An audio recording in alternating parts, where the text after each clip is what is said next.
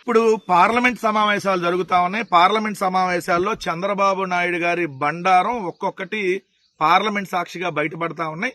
ఈ 2 సంవత్సరాల్లో చంద్రబాబు నాయుడు గారు చెప్పినటువంటి అబద్దాలని ఏదైతే ఇవి పచ్చి అబద్దాలు అని చెప్పి పార్లమెంట్ సాక్షిగా కేంద్ర మంత్రులే ఏదైతే లోక్సభలో వైఎస్ఆర్ కాంగ్రెస్ పార్టీ ఎంపీలు అడిగినటువంటి ప్రశ్నలకి సమాధానంగా చెప్తా ఉన్నారు. మొన్నటికి మొన్న మనం చూస్తే ఈ 2 సంవత్సరాల్లో ఎన్ని పరిశ్రమలు ఆంధ్రప్రదేశ్ రాష్ట్రానికి వచ్చినాయి అని చెప్పి మిథున్ రెడ్డి గారు అడిగినటువంటి ప్రశ్నకు సమాధానంగా 2 ఏళ్లలో 10 ప్రాజెక్టులకైతే ఓకే అయినాయి కానీ 2 గ్రౌండ్ అయినాయి.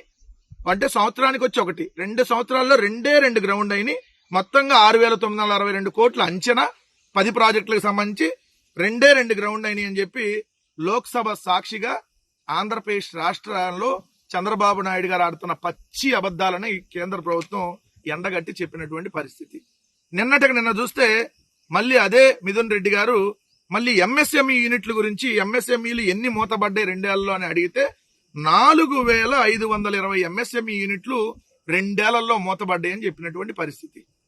అంటే ఆంధ్రప్రదేశ్ రాష్ట్రంలో పరిశ్రమలు రాకపోగా ఉన్న పరిశ్రమలు 4,520 ఎంఎస్ఎంఈ యూనిట్లు మూతబడ్డాయి, 48,477 ఉద్యోగాలు పోయినాయి అని చెప్పి వైఎస్ఆర్సీపీ లోక్సభ పక్ష నేత పివి మిథున్ రెడ్డి ప్రశ్నకు కేంద్ర మంత్రి శోభా కరంద్లాజే ఇచ్చినటువంటి సమాధానం.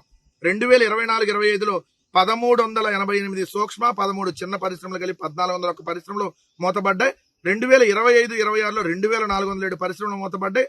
2026-27లో మొన్న జూన్ 30 వరకు ఏదైతే 712 పరిశ్రమలు మూతబడ్డాయి. మొత్తంగా 4,520 పరిశ్రమలు ఆంధ్రప్రదేశ్ రాష్ట్రంలో చంద్రబాబు నాయుడు గారు వచ్చినాక మూతబడ్డాయి. 48,477 మంది ఉద్యోగాలు కోల్పోయారని చెప్పి కేంద్ర ప్రభుత్వం పార్లమెంట్ సాక్షిగా ఇచ్చినటువంటిది. మనమేమో 20 నెలలు వస్తే 20 లక్షల కోట్ల పెట్టుబడులు, 20 లక్షల ఉద్యోగాలు, 22 నెలలు వస్తే 22 లక్షల కోట్ల పెట్టుబడులు, 22 లక్షల ఉద్యోగాలు, 24 నెలలు వస్తే 24 లక్షల పెట్టుబడులు, 24 లక్షల కోట్ల పెట్టుబడులు, 24 లక్షల ఉద్యోగాలు. ఈడ చూస్తేనేమో ఉన్న ఉద్యోగాలు పోయినాయి, ఉన్న కంపెనీలు ఏదైతే ఎత్తుకుపోయినటువంటి పరిస్థితి, ఉన్న కంపెనీలు మూతబడ్డాయని చెప్పారు. చంద్రబాబు నాయుడు గారు ఎప్పుడు ఒకటి చెబుతారు, వైకుంఠ పాలి వద్దు, మనమే ఎప్పుడు ఉండాలి అని చెప్పి. ఎందుకు ఇంకా పరిశ్రమలన్నీ మూతబట్టడానికి నువ్వే ఉండాలా? ఆల్రెడీ జగన్మోహన్ రెడ్డి గారు మెట్టు నిర్మించుకుంటూ ఒక ఆంధ్రప్రదేశ్ రాష్ట్రాన్ని పారిశ్రామిక వృద్ధిగా ఏదైతే పరిశ్రమల కారిడార్ గా, అదే విధంగా ఏదైతే ఆంధ్రప్రదేశ్ రాష్ట్రానికి పెట్టుబడులు క్యూ వచ్చేలాగా చేసి ఒక్కొక్క మెట్టు ఎక్కుంటా పైకి ఆంధ్రప్రదేశ్ రాష్ట్రాన్ని గ్రోత్ లో తీసుకెళ్తే ఆంధ్రప్రదేశ్ రాష్ట్రాన్ని ఇవాళ మొత్తం కిందకు పడగొట్టేసి మెట్లెక్కి నిచ్చెనెక్కి పైకి వెళ్ళిన దాన్ని ఒక్కసారిగా చంద్రబాబు నాయుడు అనే విషసర్పం కాటేసినట్టుగా అక్కడ పాము కాటుకి కింద పడతారు చూడండి, అట్లా వైకుంఠపాలలో నువ్వు కింద పడేసి పాము కాటేసినట్టు చంద్రబాబు కాటుతో ఈ రోజు అట్టడుగు స్థాయికి తీసుకుని వెళ్ళి జిఎస్టీ జగన్మోహన్ రెడ్డి గారు ఉన్నప్పుడు టాప్ ఉండేది, ఇప్పుడు డమాల్ కింద పడేసావు.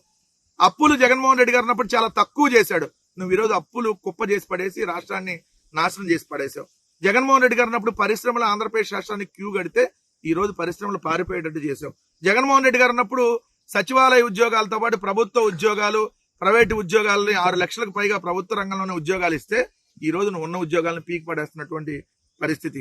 జగన్మోహన్ రెడ్డి గారు ఉన్నప్పుడు సంక్షేమ ఆంధ్రప్రదేశ్ గా, అభివృద్ధి ఆంధ్రప్రదేశ్ గా ఉంటే నువ్వు ఈ రోజు సంక్షోభ ఆంధ్రప్రదేశ్ గా, ఏదైతే అవినీతి అరాచక ఆంధ్రప్రదేశ్ గా తయారు చేసి మళ్ళీ వైకుంఠపాలి ఇవన్నీ ఎలా మాట్లాడుతున్నావు చంద్రబాబు నాయుడు గారు? రాష్ట్రాన్ని దాదాపుగా 30 ఏళ్ళు వెనక్కి తీసుకుని వెళ్లారు చంద్రబాబు నాయుడు గారు. ఉన్న పరిశ్రమలు మూతబడుతున్నాయి, కొత్త పరిశ్రమలు వచ్చేటటువంటి అవకాశం లేదు. ఈ రోజు అప్పులు కుప్ప చేసి పడేశారు రాష్ట్రాన్ని. 99 పైసలకి ఉరసాగాలకి, తెలుగుదేశం బినామీలకి ఎక్కడ పడితే ఎంత పడితే అంత దోచిపెడుతున్నటువంటి పరిస్థితి. మొత్తాన్ని ప్రైవేట్ రంగం, ఆర్టీసీ డిపోల నుంచి, ఆర్టీసీ బస్టాండ్ల నుంచి, ఏదైతే రోడ్ల దగ్గర నుంచి, రిజిస్ట్రేషన్ ఆఫీసుల దగ్గర నుంచి, ఏదైతే ఫైబర్ దగ్గర నుంచి, ఫైబర్ నెట్ నుంచి, టూరిజం హోటళ్ల దాకా మొత్తాన్ని ప్రైవేట్ పరం చేసి మొత్తానికి ఆంధ్రప్రదేశ్ రాష్ట్రాన్ని OLX లో పెట్టి 99 పైసలకు అమ్మకానికి పెట్టి రాష్ట్రాన్ని నాశనం చేశాడనేది మాత్రం మరోసారి స్పష్టమైంది పార్లమెంట్ సాక్షిగా.